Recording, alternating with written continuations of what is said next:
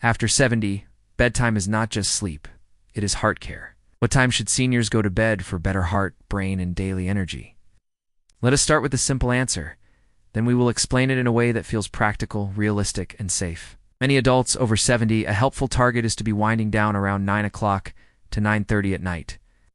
Getting into bed around 9:30 to 10:30 and aiming to fall asleep somewhere around 10 o'clock to 11 o'clock at night. But here's the part most videos do not explain properly. The exact clock time is not magic. The real secret is consistency. Going to bed and waking up at roughly the same time every day can help your body know when to rest, when to repair, and when to become alert again in the morning. The CDC says good sleep is essential for health and emotional well-being, and it lists regular bed and wake times as one of the habits that can improve sleep. The National Institute on Aging also notes that older adults need about 7 to 9 hours of sleep each night, and that a regular schedule and bedtime routine can help. Now, you may be thinking, why 10 to 11 at night? Why not midnight? Why not 8 o'clock? That is a fair question. One large UK biobank study looked at sleep onset timing and later heart and blood vessel disease. In that study, the lowest heart and blood vessel disease incidence was linked with falling asleep between 10 o'clock and 10:59 at night, compared with earlier or later sleep times. But we must be honest. This kind of study shows a link, not proof, that one bedtime prevents illness. It does not mean everyone must fall asleep at exactly 10:23 p.m. It simply supports what sleep experts have been saying for years. Your body likes a steady rhythm, enough sleep, and a bedtime that matches natural nighttime darkness. For most older adults, that often means sleeping earlier than younger adults, not staying awake until midnight with the television on and the body overtired. If you are watching this and you are over 70, or you care for someone who is, please stay with me, because the mistake is not only going to bed late. The bigger mistake is sleeping randomly. One night at 9 o'clock, the next night at 1 o'clock, then waking at 5 o'clock, then napping for 2 hours in the afternoon. Then wondering why the body feels weak, foggy, or restless at night. Sleep is not like a light switch. It is more like a garden. If you water it at a different time every day, keep moving it from sun to shade, and never give it a steady routine, it becomes stressed. Your body is similar. It learns from repetition. When you dim the lights, lower noise, stop heavy meals, reduce screen brightness, and do calming things at the same time, each evening your body begins to recognize the pattern. Mayo Clinic also recommends going to bed and getting up at the same time each day, including weekends, because consistency supports the sleep-wake cycle. If you are over 60 or 70, what time did you go to bed last night? Was it before 10? After 11? Or was it different from the night before? Keep that answer in your mind, because by the end of this video, you will know whether your bedtime is helping your body rest or whether it is quietly making your nights harder than they need to be. And please do not feel guilty if your sleep is not perfect. Many older adults have sleep changes, bathroom trips, worry, pain, snoring, or a partner's routine affecting the night. This video is not here to shame you. It is here to help you build a simple, safe routine that supports better aging without medicine, without fear, and without unrealistic promises. So here is the main idea for today. If you are over 70 and you do not work night shifts, a sensible target is to prepare for sleep around 9 o'clock to 9:30. Get into bed around 9:30 to 10:30, and aim for sleep around 10 o'clock to 11 o'clock. Then try to wake up at a regular time in the morning, often around 5:30 to 7 o'clock depending on your lifestyle, health, and daylight. If you need 7 to 9 hours, work backwards from your wake-up time. If you wake naturally at 6 o'clock, then being asleep around 10 o'clock to 11 o'clock gives your body a reasonable chance of getting enough rest. If you wake at 7 o'clock, falling asleep at 10:30 or 11 o'clock may still work. The point is not to force yourself into someone else's schedule. The point is to choose a schedule you can repeat. That is where the benefit begins. And one more thing before we move to part 2. If you often cannot sleep, if you wake up choking or gasping, if you snore loudly, if you feel exhausted even after a full night in bed, or if you feel sleepy during normal daytime activities, this is not something to ignore. It does not mean you need to panic, but it does mean you should speak with a qualified healthcare professional. The CDC advises people to talk to a healthcare provider if they regularly have sleep problems or signs of a sleep disorder. And the National Institute on Aging specifically warns that sleep apnea in older adults should be discussed with a doctor because untreated sleep apnea can be linked with serious health problems. As we age, sleep often becomes lighter. Many people over 70 say the same things. I wake up at 3 in the morning. I cannot sleep like I used to. I feel tired after lunch, or I fall asleep in the chair but cannot sleep in bed. These experiences are common, but common does not always mean harmless or unavoidable. Your sleep may change with age because the body clock shifts earlier, the night may be interrupted more easily, and health conditions can disturb rest. Older adults also tend to go to bed earlier and wake earlier than younger adults, according to the National Institute on Aging. This is one reason the bedtime target for seniors should not copy the habits of younger people. A 25-year-old may stay awake until 1 o'clock in the morning, sleep until 9 o'clock, and still function. A 75-year-old body often does better with a calmer evening and a steadier, earlier routine. Think of your body clock like an old trusted wall clock. It still works, but it may need steadier care. If you keep changing the time every day, it becomes harder to trust. Your body clock uses signals from light, darkness, meals, movement, and habits. Bright morning light tells your brain the day has started. Darkness in the evening tells your brain it is time to slow down. Regular meals and regular movement also help the body understand the day. When you watch bright screens late at night, eat a heavy meal too close to bed, drink caffeine in the afternoon, or nap too long late in the day, your body may receive mixed messages. It may feel tired and awake at the same time. That is why a good bedtime is not just the moment your head touches the pillow. A good bedtime begins 2 or 3 hours earlier with the choices you make. For seniors, the evening should become a gentle landing, not a sudden crash. Imagine driving a car at full speed and then trying to stop instantly. That is what many people do to their bodies at night. They watch loud news, scroll on the phone, argue about family problems, eat late snacks, then jump into bed and expect sleep to appear immediately. But the older body often needs a longer signal that the day is ending. A calm evening routine can include dimming lights, lowering the television volume, preparing clothes for tomorrow, writing down worries, doing light stretching, if safe for you, listening to calm music, reading something peaceful, or sitting quietly for a few minutes. Mayo Clinic recommends calming activities before bedtime and also advises keeping the room cool, dark, and quiet. The CDC gives similar advice, including turning off electronic devices at least 30 minutes before bedtime and avoiding large meals, alcohol, and afternoon or evening caffeine. Now let us talk about the heart and brain in a simple way. During good sleep, your body gets a chance to slow down. Your heart rate and blood pressure can drop during parts of sleep, giving the heart a period of lower demand. Your brain also uses sleep to support memory, attention, mood, and daily functioning. The National Heart, Lung, and Blood Institute says getting enough quality sleep at the right times can help protect mental health, physical health, quality of life, and safety. It also says good quality sleep decreases the risk of health problems, including heart disease, high blood pressure, obesity, and stroke. Again, this does not mean sleep is a guarantee against disease. It means sleep is one of the daily foundations that can support better health over time. One reason this matters so much after 70 is that the body has less room for chaos.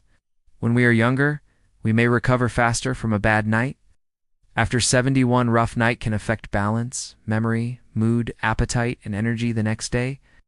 It can make a person more likely to sit all day, skip movement, snack more, or feel irritable. Then that poor day can lead to another poor night. This becomes a loop. The goal of a healthy bedtime is to break that loop gently. We are not trying to create a perfect life. We are trying to create a repeatable pattern that tells the body, you are safe, you can rest now, and tomorrow will start at a predictable time. This is where many seniors make an honest mistake. I think I did not sleep well last night, so I will stay in bed until 9 or 10 in the morning. That may feel helpful for one day, but if it becomes a habit, it can push the next bedtime later and later. Then night sleep becomes weaker. A more helpful approach for many people is to keep the morning wake-up time steady. Get some daylight early in the day, move the body safely, and avoid long late naps. This does not mean you should suffer or force yourself dangerously. It means your wake-up time is one of the strongest anchors for your sleep routine. Mayo Clinic specifically recommends getting up at the same time every day and continuing to maintain your sleep schedule and wake-up time, even after a difficult night. Let us make it practical. You're over 70 and wake at 6 o'clock. A strong evening plan could look like this. Dinner earlier, a calm activity after dinner. Dimmer lights by 8:30, screens reduced by 9 o'clock. Bathroom visit and preparation for tomorrow by 9:30, bed between 9:45 and 10:15, and sleep sometime around 10 o'clock to 11 o'clock. If you wake up at 7 o'clock, you might shift everything 30 to 60 minutes later. If you wake at 5 o'clock, you may need an earlier bedtime. The best bedtime is not just a number, it's the bedtime that gives you enough sleep, fits your natural rhythm, and can be repeated most nights. Now let us look more closely at why this bedtime topic attracts so much attention among seniors. The heart and brain are not separate from sleep. They are deeply connected to it. Poor sleep can affect blood pressure, blood sugar, mood, attention, weight, and energy. The American Heart Association includes sleep as part of its life's essential 8 for cardiovascular health. And in 2025, it highlighted that sleep duration, timing, regularity, quality, and daytime functioning all matter. The strongest evidence is for getting enough sleep, but the timing and consistency of sleep also contribute to the bigger picture of health. This is why the phrase best bedtime should not be understood as a miracle. It should be understood as a daily support. Just as one healthy meal does not fix everything, one perfect bedtime does not erase years of health issues. But a steady sleep routine repeated night after night can support the body in a meaningful way. It can make mornings easier. It can reduce the feeling of being drained. It can support safer movement because tiredness can affect balance and attention. It can also make it easier to follow other healthy habits, such as walking, eating calmly, managing appointments, and staying connected with family. Good sleep does not work alone. It helps other healthy behaviors become easier. The current data also shows that sleep problems are not rare. A CDC National Center for Health Statistics report using 2024 data found that 30.5% of adults slept less than 7 hours in a 24-hour period. And among adults 65 and older, 27.2% had short sleep duration. That means more than 1 in 4 older adults in that age group were not reaching 7 hours on average. The same report also found that women were more likely than men to have trouble staying asleep. If you are struggling with sleep, you are not strange, and you are not alone. But because sleep affects so many parts of life, it is worth taking seriously. For brain health, think about how you feel after a poor night. Words come more slowly. Small problems feel larger. You may forget why you entered a room. You may feel less patient with family. You may feel unsteady or low. That does not mean every memory slip is caused by sleep, and it does not mean sleep solves every brain problem. But sleep is one of the simplest daily areas to improve. The NHLBI says sleep helps the brain work properly and supports learning, remembering, decision-making, and emotional control. For an older adult, those daily functions are precious. They help maintain independence, confidence, and joy. For heart health, the connection is also important. When sleep is too short, broken, or poorly timed for long periods, the body may carry more stress. People may feel hungrier, less active, more anxious, and more likely to make choices that are not helpful for blood pressure or weight. The NHLBI says ongoing sleep deficiency can raise the risk of some chronic health problems, and that good quality sleep decreases the risk of health problems, including heart disease, high blood pressure, obesity, and stroke. The American Heart Association also states that most adults need 7 to 9 hours of sleep each night, and that suboptimal sleep raises the risk for cardiovascular disease and other health problems. But let us be careful and honest. If someone already has heart disease, high blood pressure, diabetes, breathing problems, or a history of stroke, bedtime is not a replacement for medical care. You should never stop, start, or change prescribed treatment because of a YouTube video. What bedtime can do is support your overall routine. It can help you feel steadier and more rested. It can reduce unnecessary stress on your day. It can give your healthcare provider better information if you track your sleep pattern. If you are seeing a doctor, a simple sleep diary can be useful. The CDC says a sleep diary may include when you go to bed, wake during the night, wake in the morning, nap, exercise, drink alcohol or caffeine, and take medicines. Now, let us return to the 10 to 11 inches sleep window. The UK Biobank study is useful, but it should not be abused. Some online videos may say, sleep at this exact time or you will have a heart attack. That is irresponsible. Healthy aging will not do that. The better message is this: Research has found a link between sleep timing and heart health, and a steady bedtime around the 10th to the 11th of May be a sensible target for many older adults, especially if it allows 7 to 9 hours of rest and matches natural morning wake-up. Your body, culture, family duties, prayer routine, caregiving, pain, bathroom needs, and medical conditions matter too. The best routine is the one that is safe, realistic, and repeatable. There is another heart and brain issue many seniors overlook: sleep apnea. This is when breathing repeatedly stops or becomes blocked during sleep. People may snore loudly, wake up gasping, have morning headaches, feel tired in the day, or be told by a partner that they stop breathing at night. Ow. This is not something to treat casually with random online remedies. It needs proper evaluation. The CDC lists sleep apnea among common sleep disorders and advises people to talk to a healthcare provider if they regularly have sleep problems or symptoms of a sleep disorder. The National Institute on Aging also says suspected sleep apnea should be discussed with a doctor. So the heart and brain message is simple. Do not chase a perfect bedtime out of fear. Build a steady bedtime out of respect for your body. Your body has served you for decades. It has carried you through work, family, worry, joy, loss, and change. After 70, it deserves a predictable night. A calm evening is not laziness, it is maintenance. It is how you tell your heart, your brain, and your nervous system, the day is done, you can recover now. Now let us build a practical bedtime routine without prescribing any medicine. This routine is not complicated. It is not expensive. It does not need special gadgets. It is simply a set of signals repeated each night. Start with your wake-up time because that is the anchor. Choose a morning time that fits your life and that you can keep most days. For many seniors, that may be somewhere between 5:30 and 7 o'clock. Then count backwards.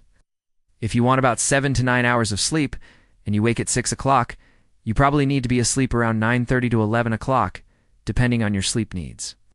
Since many people need time to fall asleep, getting into bed before your target sleep time is sensible.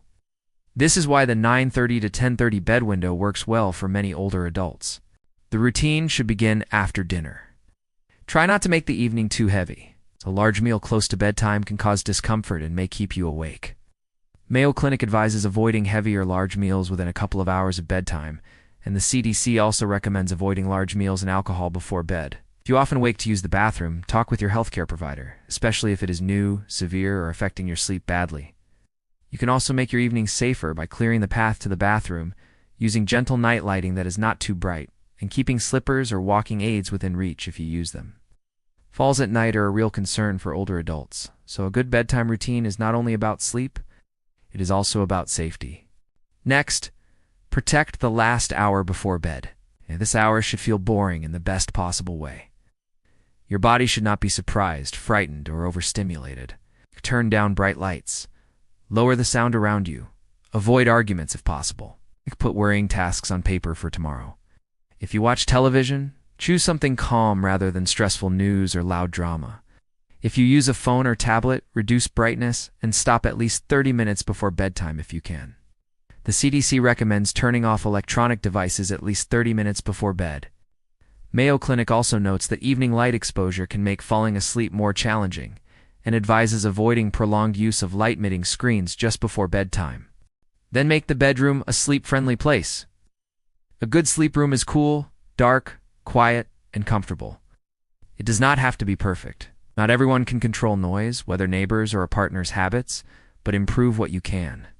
Close curtains, reduce unnecessary lights. Keep the room at a comfortable, cool temperature.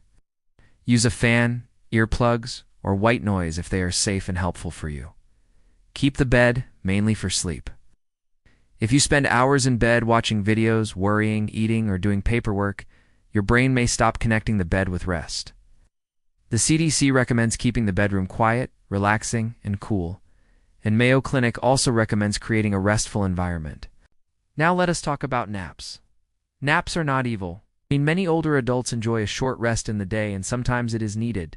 But long naps late in the afternoon can steal sleep from the night. If you nap for 2 hours at 5 o'clock in the evening, your body may not be ready to sleep at 10 o'clock. Mayo Clinic advises limiting daytime naps and avoiding napping late in the day unless you work nights. A short earlier nap may be more helpful than a long late one. If your daytime sleepiness is strong, repeated, or dangerous, do not just fight it with willpower. Speak to a healthcare professional because it may point to poor night's sleep, sleep apnea, depression, pain, or another issue that deserves attention. Movement also matters, but it does not need to be extreme. A safe walk, gentle stretching, light housework, gardening, or chair exercises can help the body use energy during the day. The goal is not to exhaust yourself. The goal is to give the body daytime activity so nighttime rest feels natural. Mayo Clinic says regular physical activity can promote better sleep, but it advises avoiding activity too close to bedtime. The CDC also lists regular exercise and a healthy diet among habits that can improve sleep. If you have balance problems, chest pain, severe breathlessness, dizziness, or a recent illness, choose activity only with appropriate guidance. Caffeine deserves special attention. Many seniors say, "Coffee does not affect me." Sometimes that is true, but sometimes people are used to the problem and do not recognize it. Caffeine can stay active in the body for hours, so it is not only in coffee. It may be in tea, cola, chocolate, energy drinks, and some other products. The CDC advises avoiding caffeine in the afternoon or evening, and Mayo Clinic says caffeine can take hours to wear off and interfere with sleep. This does not mean everyone must give up tea or coffee. It means your timing matters. If your sleep is poor, one of the simplest experiments is moving caffeine earlier in the day and watching what happens over 2 weeks. Alcohol is another common trap. Some people use it to feel sleepy, but sleepy is not the same as good sleep. Mayo Clinic notes that alcohol may make a person feel sleepy at first, but can disrupt sleep later in the night. The CDC also recommends avoiding alcohol before bedtime. Again, this video is not here to judge anyone. It's simply important to know that something that feels relaxing in the first hour may disturb the second half of the night. If alcohol is part of your routine and your sleep is broken, this may be worth discussing honestly with your healthcare provider. Finally, make the routine gentle enough that you will actually do it. Do not create a perfect 17-step plan that you quit after 2 nights. Start with 4 actions. Wake at the same time, get morning light, dim lights at night, and get into bed at a steady time. If you can do that for 2 weeks, add one more step. Maybe reduce late caffeine, maybe shorten late naps, maybe turn off screens earlier. Healthy aging is built through repeatable habits, not dramatic promises. The best bedtime after 70 is not a punishment. It is a kindness you give to your future self. Before we finish, let us talk about who may need a different bedtime. If you work night shifts, care for someone through the night, live with severe pain, have breathing problems, have dementia-related sleep changes, or follow a schedule that cannot be changed, the 10 to 11 sleep target may not fit you. That does not mean you have failed. It means your routine needs to be personalized. The same principles still matter. Consistency, enough total sleep, a calming wind down, safe lighting, and medical support when sleep problems are regular or severe. If you cannot follow the exact clock time, follow the pattern. Your body still benefits from regular signals. If you fall asleep very early, such as 7 o'clock or 8 o'clock in the evening, and then wake at 2 o'clock or 3 o'clock in the morning feeling frustrated, your bedtime may be too early for your desired wake-up time. Some older adults go to bed early because they are bored, lonely, cold, or tired from sitting all day. Then they wake in the middle of the night and think they have insomnia, when in reality, they may have spent too many hours in bed. Mayo Clinic suggests setting aside no more than 8 hours for sleep for most healthy adults, and says most people do not need more than 8 hours in bed to be well rested. Older adults may need 7 to 9 hours of sleep, but this does not mean everyone should lie in bed for 10 or 11 hours. Too much time awake in bed can train the brain to connect bed with frustration instead of sleep. If you go to bed very late, such as after midnight, ask yourself why. Is it a habit? Television? Phone scrolling? Worry? Pain? Loneliness? Fear of being alone at night? Sometimes late bedtime is not really about sleep, it is about emotions. Many older adults feel the evening is the only quiet time they control. Others avoid bed because they fear another bad night. If this is you, please be kind to yourself. Start by moving bedtime earlier, slowly, perhaps 15 minutes at a time every few nights. Do not suddenly force a 1 a.m. sleeper into bed at 9 p.m. and expect success. Your body may resist. A gentle shift is more realistic. If you wake up often at night, do not immediately assume your bedtime is wrong. It could be bathroom needs, pain, room temperature, noise, worry, alcohol, caffeine, long naps, sleep apnea, restless legs, or other health issues. The CDC lists trouble falling asleep, repeated night waking, and feeling tired even after enough sleep as signs of poor sleep quality. It also advises talking with a healthcare provider if you regularly have problems sleeping or notice signs of a sleep disorder. This is important because a person can spend 8 hours in bed and still not get refreshing sleep. Quality matters, not just time. Let us also mention emergency symptoms clearly. If you or someone near you has chest pain, sudden weakness on one side, face drooping, trouble speaking, sudden confusion, severe shortness of breath, fainting, or signs of a stroke or heart attack, do not try to fix it with sleep, water, food, or home tips. Seek emergency medical help immediately. A bedtime routine supports health, but it is not emergency treatment. Healthy aging will never tell you to delay urgent care. Now let us bring everything together. For many people over 70, the most sensible bedtime plan is this. Wake up at a regular time. Get daylight in the morning, avoid long late naps, reduce caffeine later in the day, keep evenings calm, dim lights before bed, keep the bedroom cool and quiet, and aim to fall asleep around 10 o'clock to 11 o'clock at night, if that gives you around 7 to 9 hours of sleep. If you wake naturally earlier, move to bed earlier. If you wake later, your bedtime may be slightly later. If your sleep is broken no matter what you do, speak with a qualified healthcare professional. This is not about chasing perfection.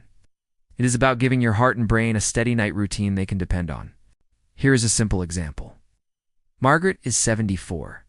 She used to watch television until midnight, then wake at 5:30 feeling tired. She blamed aging. But when she started turning off the television at 9:15, preparing for bed at 9:30, reading quietly, and sleeping around 10:15, her mornings felt calmer. She did not become 25 again. She did not cure every problem. But she felt more steady, more rested, and less rushed inside. That is the kind of realistic improvement we want, not miracles. Better rhythms. Another example. David is 78 and goes to bed at 8 o'clock because he feels tired after dinner. Oh. Then he wakes at 2:30 and feels angry that he cannot sleep. For someone like David, the answer may not be an earlier bedtime. It may be a later bedtime, a little safe daytime movement, more morning light, a shorter nap, and less time lying awake in bed. This is why the best bedtime is personal. The 10 to 11 sleep window is a helpful guide, not a strict law. And if you are caring for a parent or grandparent, please listen carefully. Do not force a bedtime like a rule. Instead, help create an environment. Lower noise, reduce bright lights, keep the evening peaceful, encourage morning light, make the path to the bathroom safe. Notice snoring, gasping, confusion, and daytime sleepiness. Caring routine can make an older adult feel respected, not controlled. So what is the final answer? If you are over 70 and your life allows it, try to be in bed around 9:30 to 10:30 and aim to fall asleep around 10 o'clock to 11 o'clock, while keeping the same wake-up time every morning. The timing may support your heart, brain, mood, and daily energy because it works with the body's natural need for enough, regular, good-quality sleep. But do not obsess over the clock. Calm and repeatable routine matters more than one perfect minute. Before you go, I want to hear from you in the comments. What time do you usually go to bed, and what time do you wake up? Do you sleep better with an early bedtime, or do you feel better when you stay up a little later? What is you are over 70? What is the biggest thing that interrupts your sleep? Bathroom trips, worry, pain, noise, snoring, or waking too early? Your answer may help another viewer feel less alone. If this video helped you, subscribe to Healthy Aging for calm, honest, practical health videos for seniors. Sleep well, take care of your body, and remember, after 70, a peaceful night is one of the kindest gifts you can give your heart and brain.